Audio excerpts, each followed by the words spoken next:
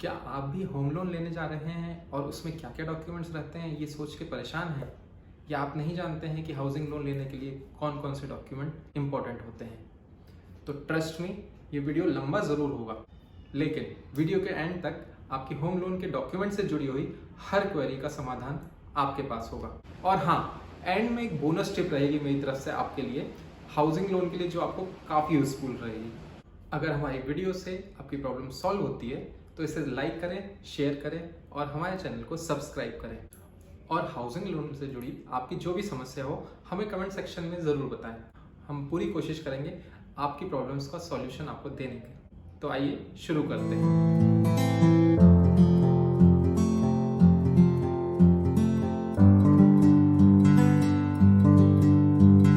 नमस्कार दोस्तों, स्वागत है आप सभी का हमारे चैनल इंटेलेक्चुअल सागर में। तो टॉपिक को शुरू करते हैं। सबसे पहले हम लोग होम लोन में लगने वाले डॉक्यूमेंट्स को कैटेगरी में डिवाइड कर लेंगे। सबसे पहली कैटेगरी आएगी केवाईसी, सेकंड कैटेगरी आएगी इनकम प्रूफ, थर्ड कैटेगरी रहेगी आपके प्रॉपर्टी से जुड़े हुए डॉक्यूमेंट्स और फोर्थ कैटेगरी रहेगी अदर रेलेवेंट डॉक्यूमेंट्स। हम लोग कैटेगरी वाइज सारे डॉक्यूमेंट्स को एक एक करके समझते हैं। तो सबसे पहले आता है KYC, that means know your customer. आप जब भी बैंक के पास एक घर खरीदने का लोन लेने जाएंगे तो बैंक चाहता है कि आपको लोन दे, लेकिन तब जब वो आपको पूरी तरीके से जानता हो। तो वो जानने के लिए वो कौन कौन से कागज रहेंगे जो उसको रिक्वायर्ड रहेंगे, उनकी लिस्ट कुछ इस प्रकार से है। वो रहेंगे आपका Aadhaar card, PAN card, voter ID, driving licence, passport, बिजली का बिल। इसके अलावा आप अगर किराए के घर में रह रहे हैं तो वहाँ का रेंट एग्रीमेंट, जिससे आपका करंट एड्रेस का पता चलेगा, और साथ ही साथ अपनी कुछ फोटोज। एक बात यहाँ नोट करने वाली है कि प्रॉपर्टी अगर आप अकेले के नाम पे ले रहे हैं तो ये सारे कागज सिर्फ आपके नाम के चाहिए होंगे, लेकिन अगर आप प्रॉपर्टी जॉइंट नेम में ले रहे हैं तो दोनों जन को लोन के अंदर इंक्लूड करना इंपॉर्टेंट हो जाएगा, और तब ये जो कागज है केवाईसी के डॉक्यूमेंट्स ये दोनों बोरोवर्स के लगेंगे। अगर आप लोन में गारंटर भी दे रहे हैं तो गारंटर के भी ये सारे डॉक्यूमेंट्स लगेंगे, तो आप ये डॉक्यूमेंट्स इजीली प्रिपेयर कर सकते हैं। डॉक्यूमेंट्स की सेकंड कैटेगरी है इनकम प्रूफ। इनकम प्रूफ को हम लोग दो भागों में डिवाइड करेंगे। सबसे पहले वो लोग जो लोग सैलरीड हैं, और दूसरे वो लोग जो या तो सेल्फ एम्प्लॉयड हैं या फिर बिजनेस क्लास हैं। सैलरीड के लिए जो डॉक्यूमेंट्स रहेंगे उसकी लिस्ट कुछ इस तरीके से रहेगी।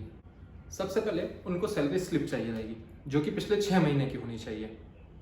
इसके साथ साथ फॉर्म 16 जो कि एम्प्लॉयर प्रोवाइड करता है वो चाहिए रहेगा, वो भी लास्ट 3 इयर्स का होना चाहिए।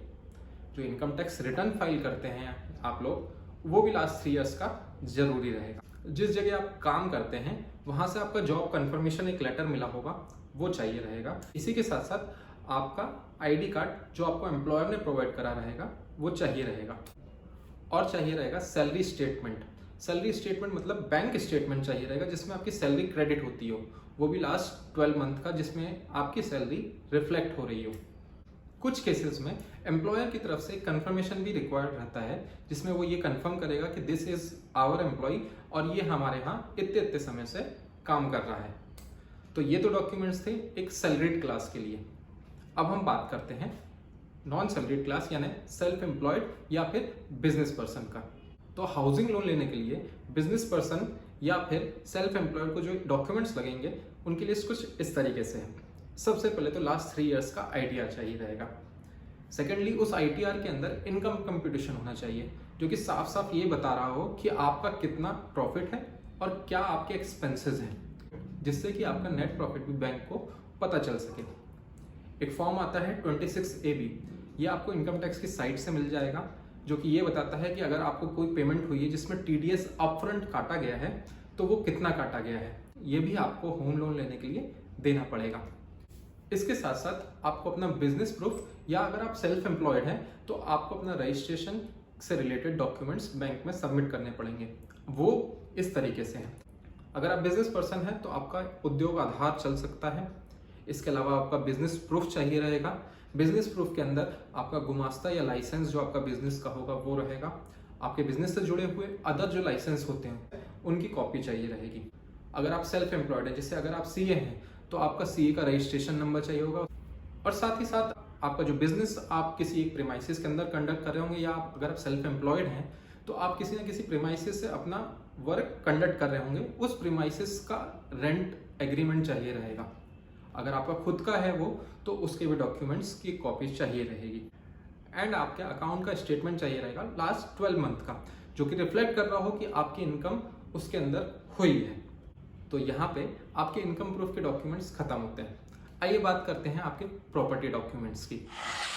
तो प्रॉपर्टी डॉक्यूमेंट्स की जब हम बात करते हैं तो हम इसको भी दो कैटेगरी में डिवाइड करेंगे। फर्स्ट कैटेगरी रहेगी अगर आप कोई रेडी बिल्ट फ्लैट ले रहे हैं। रेडी बिल्ट या तो आप पुराना ले सकते हैं या तो आप न्यूली कंस्ट्रक्टेड ले सकते हैं। सेकेंड जो कैटेगरी रहेगी वो है अंडर कंस्ट्रक्शन फ्लैट या घर की। तो सबसे पहले हम लोग रेडी बिल्ट फ्लैट या घर की बात करते हैं। रेडी बिल्ट घर या फ्लैट लेते समय आपके लिए जो सबसे इंपॉर्टेंट डॉक्यूमेंट रहेगा वो है अप्रॉक्सीमेटली 25 to 30 ईयर्स के टाइटल के डॉक्यूमेंट्स आपके पास ओरिजिनल होना चाहिए। जो सेकंड आएगा वो है एप्रोप्रिएट अथॉरिटी से वेरियस परमिशंस आपके पास होनी चाहिए। परमिशंस मतलब क्या? जैसे आप बना बनाया घर ले रहे हैं तो आपके पास एक अप्रूव प्लान होना चाहिए। इसी के साथ साथ लैंड एंड डेवलपमेंट अथॉरिटी के से आपकी परमिशन होना चाहिए। थर्ड, जो भी आप घर ले रहे हैं कहीं उस पर वेरियस अथॉरिटीज का कोई ड्यूज तो नहीं है, ये बैंक को बताने के लिए आपको कुछ नो ड्यूज सबमिट करने पड़ेंगे जो भी कंसर्न अथॉरिटी है उनकी। इसके बाद जो डॉक्यूमेंट रहेगा वो रहेगा आपका और सेलर या फिर बिल्डर के बीच का एग्रीमेंट। तो ये डॉक्यूमेंट लगेंगे जब आप घर बना बनाया ले रहे हैं या फ्लैट बना बनाया ले रहे हैं। सेकेंड कैटेगरी जो थी प्रॉपर्टी डॉक्यूमेंट्स में वो थी अगर हम अंडर कंस्ट्रक्शन फ्लैट लें तो डॉक्यूमेंट्स तो ऑलमोस्ट उसी तरीके से लगेंगे जैसे बने बनाए घर में लग रहे थे। फॉर एग्जांपल आपके 25 to 30 ईयर्स के उस लैंड का या फिर उस घर का टाइटल किस तरीके से आया है या ओरिजिनल टाइटल के documents. Secondly permissions from various authorities. Thirdly no dues from various authorities. Fourth जो डिफर करेगा वो करेगा बिल्डर या कॉन्ट्रैक्टर से आपका एग्रीमेंट। उस एग्रीमेंट के अंदर जो सबसे इंपॉर्टेंट बात रहेगी वो रहेगी पेमेंट का शेड्यूल। मतलब कि आप किस किस स्तर के काम होने पर कितना कितना पेमेंट बैंक को और आपको मिलकर उस कॉन्ट्रैक्टर या बिल्डर को करना पड़ेगा। ये चीज़ पेमेंट शेड्यूल के अंदर गिवन रहेगी।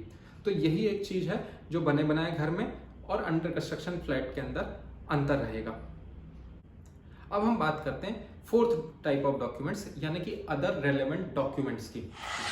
तो इसके अंदर सबसे पहले जो चीज आपको चाहिए रहेगी वो रहेगी सिविल के अंदर आने वाले आपके हर लोन का एक स्टेटमेंट। अगर वो क्लोज हो चुका है तो उसका नो ड्यूज सर्टिफिकेट, और अगर वो चालू है तो उसका स्टेटमेंट जिसके अंदर ये साफ शो हो रहा हो कि आपकी ईएमआई कितनी जा रही है। जो सेकंड रहेंगे वो रहेंगे जब फॉर्म भर रहे होंगे आप होम लोन का तो आपने कुछ असेट्स बताए होंगे जैसे कि LIC या आपकी गाड़ी होगी या आपके पास म्यूचुअल फंड होगा। तो इन सब चीज़ों के कंसर्न डॉक्यूमेंट्स आपको बैंक के पास सबमिट करने पड़ेंगे जिससे ये जस्टिफाई होगा कि आपकी असेट वैल्यू कितनी है। तो इसीलिए आपको आपके जो असेट्स हैं उनके डॉक्यूमेंट्स भी रेडी रखना पड़ेंगे एक कॉपी के साथ। असेट और लाइबिलिटी के डॉक्यूमेंट्स होने के बाद जो अदर रिलेवेंट डॉक्यूमेंट हैं वो हैं फ्यू PDC चेक्स। अगर आपको ECS देना हो या बैंक सिक्योरिटी के तौर पे भी आपके PDC चेक मांगता है तो आपको कुछ PDCs तैयार रखना चाहिए। कुछ excess number of copy of your passport size photo, your को बोरोवर्स फोटो और योर गारंटर्स फोटो। साथ ही साथ आपके पास एक डिमांड लेटर होना चाहिए फ्रॉम द सेलर। साथ ही साथ सेलर के KYC detail plus bank detail भी चाहिए रहेगी। इसके अलावा अगर आपने पहले से कुछ पेमेंट कर रखी है तो उसकी ओरिजिनल रिसिप्ट्स भी आप अपने पास जरूर रखिए। तो ये तो हुई बात होम लोन से जुड़े सारे डॉक्यूमेंट्स की। अब मेरी तरफ से आपके लिए एक बोनस टिप। जब भी आप हाउसिंग लोन लेने के लिए एक एप्लीकेशन सबमिट करेंगे बैंक आपकी 2 रिपोर्ट्स जरूर निकलवाएगा। सबसे पहली होती है लीगल सर्च रिपोर्ट या कहीं कहीं उसको टाइटल रिपोर्ट भी बोलते हैं। आप उस रिपोर्ट को जरूर पढ़िए। वो रिपोर्ट आपको ये बताएगी कि फ्रॉम द बिगिनिंग उस लैंड का टाइटल या उस घर का टाइटल किस किस के पास गया, जिससे आपकी उस घर और उस प्रॉपर्टी के लिए इनसाइट काफी इंप्रूव होगी। सेकेंडली जो बैंक निकालेगी रिपोर्ट वो रहेगी वैल्यूएशन रिपोर्ट। वैल्यूएशन रिपोर्ट आपके घर की जो आप लेने वाले हैं जिसके लिए आपने लोन अप्लाई किया है उसकी कई तरीके की वैल्यूज बताती है। जैसे रियलाइजेबल वैल्यू, अगर आपको उसको बेचना हो तो कितनी वैल्यू मिलेगी, करंट मार्केट वैल्यू, अगर आज के मार्केट में उसकी वैल्यू कितनी रहेगी, गाइडलाइन वैल्यू, जो गवर्नमेंट की गाइडलाइंस हैं उसके हिसाब से उस प्रॉपर्टी की कितनी वैल्यू होना चाहिए। या फिर स्ट्रेस्ड वैल्यू, अगर आपको ज़रूरत पड़ी और आज ही आपको उसको बेचना है तो उसकी वैल्यू कितनी मिलेगी। इसके साथ साथ उस स्ट्रक्चर की क्या एज है ये भी आपको वैल्यूएशन रिपोर्ट से पता चलेगी।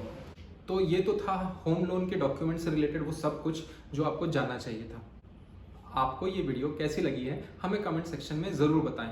अगर आपकी कोई और क्वेरी हो हाउसिंग लोन से रिलेटेड तो भी आप कमेंट सेक्शन में बताइए, हम आपकी उस प्रॉब्लम का सॉल्यूशन देने की कोशिश करेंगे। इसी के साथ हमारी टीम काम कर रही है हाउसिंग लोन से रिलेटेड अदर टॉपिक्स के ऊपर वीडियो लाने के लिए।